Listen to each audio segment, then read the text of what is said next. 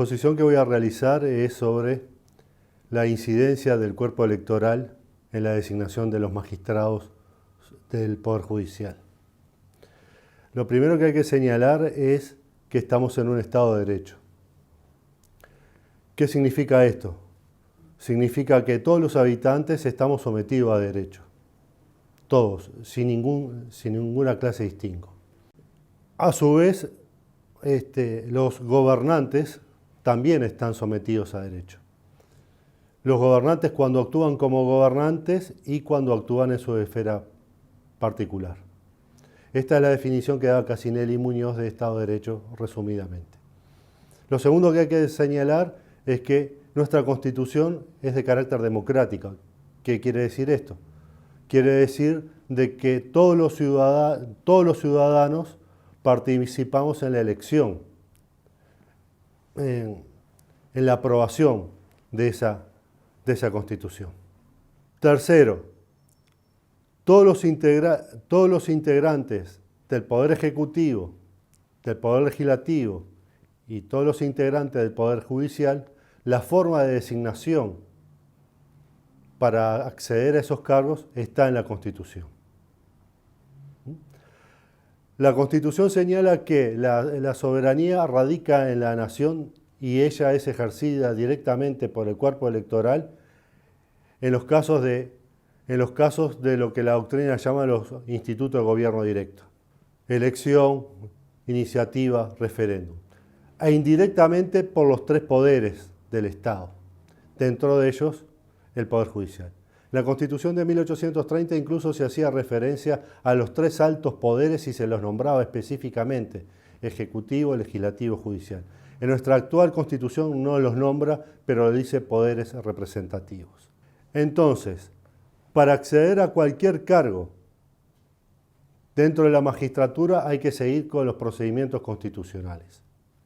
La Constitución establece que hay jueces de paz, que es el rango inferior, vamos a llamarle, de la carrera judicial. Después le siguen los juzgados letrados, después están los tribunales de apelaciones y por último la Suprema Corte de Justicia.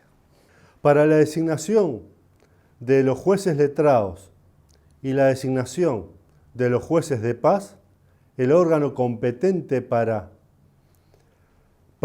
realizar esta designación es la Suprema Corte de Justicia. Para que una persona llegue a ser miembro del Tribunal de Apelaciones, tiene que seguirse determinado procedimiento que también está en la Constitución. Esto es, a propuesta de la Suprema Corte de Justicia, se envía la propuesta para designar a determinada persona como ministro de un tribunal de apelaciones. Esa propuesta la recibe el Senado, la Cámara de Senadores. Si hay receso parlamentario, la aprobación la da la Comisión Permanente. Tanto la Cámara de Senadores como la Comisión Permanente también integran otro de los órganos representativos, que es el Poder Legislativo. La Cámara de Senadores se elige en una sola circunscripción electoral, tiene 30 miembros y cada partido político tiene los senadores de acuerdo a su caudal electoral. Entonces, acá vemos la primera manifestación de cómo incide el cuerpo electoral en la designación de un ministro, en este caso del Tribunal de Apelaciones. Ya dijimos que la Suprema Corte de Justicia envía la propuesta al Poder Legislativo. La Cámara de Senadores o la Comisión Permanente, en definitiva, es la que resuelve. Obviamente puede aceptar o puede denegar la venia. En definitiva, la propuesta la hace la Suprema Corte de Justicia, pero en definitiva, en última instancia, quien resuelve es el Poder Legislativo a través de la actuación de estos órganos. Indudablemente, como dijimos, hay una incidencia directa del poder electoral, del cuerpo electoral, al elegir esos senadores. Ahora corresponde hablar de cómo se designan los miembros de la Suprema Corte de Justicia. Los miembros de la Suprema Corte de Justicia son 5 y cuando cesan en su cargo, que puede ser por distintos factores, ya sea por renuncia, por fallecimiento o porque cumplen los 70 años de acuerdo a lo que prescribe la Constitución, a partir de ese momento se abre un periodo de 90 días por el cual la Asamblea General, y esto es, Asamblea General significa la Cámara de Senadores y la Cámara de Representantes unidas en un solo órgano, la reunión de ambas cámaras se llama Asamblea General, y la Asamblea General durante 90 días tiene para decidir quién es el nuevo miembro de la Suprema Corte de Justicia. Los candidatos, en teoría, son los miembros naturales, son los ministros de los tribunales de apelaciones. Pero de acuerdo a lo que dice la Constitución, podría ser cualquier ciudadano que reúna las condiciones requeridas por la Constitución de la República. Entonces, en esos 90 días, el órgano es la Asamblea General. Dijimos, integración, Cámara de Diputados y Cámara de Senadores. Se tiene que reunir un número especial, que son 2/3. No alcanza con una mayoría simple.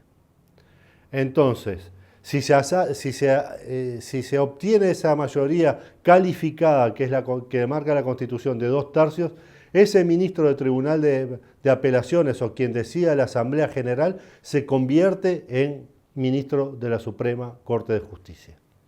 Obviamente, en esos 90 días, los parlamentarios harán los contactos que ellos entiendan pertinentes y designarán a quien entienda pertinente.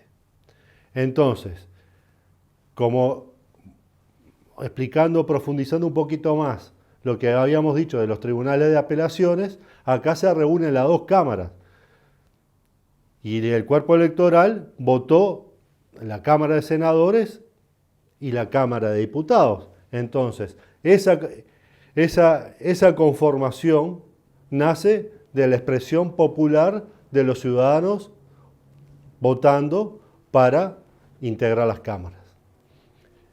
Indudablemente hay una vinculación directa entre lo que vota el ciudadano o el elector,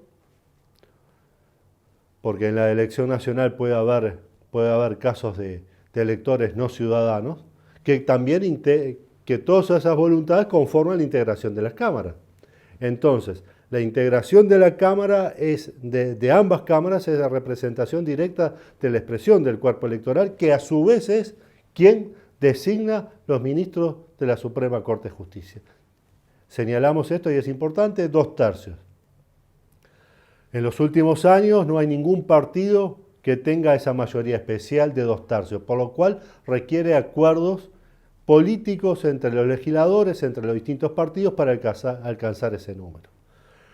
Si no se llega en el plazo de 90 días, la Constitución de 1967 estableció otro mecanismo alternativo y lo dice claramente la Constitución, dice vencido el plazo, o sea que hay que respetar sí o sí los 90 días. En esos 90 días no se va a designar a otro ministro de la Suprema Corte de Justicia, sino es a través de la Asamblea General. Vencido el plazo, se nombrará, asume el cargo directamente, automáticamente es la palabra que utiliza la Constitución, el miembro más antiguo del Tribunal de Apelaciones o del Ministerio Público o Fiscal.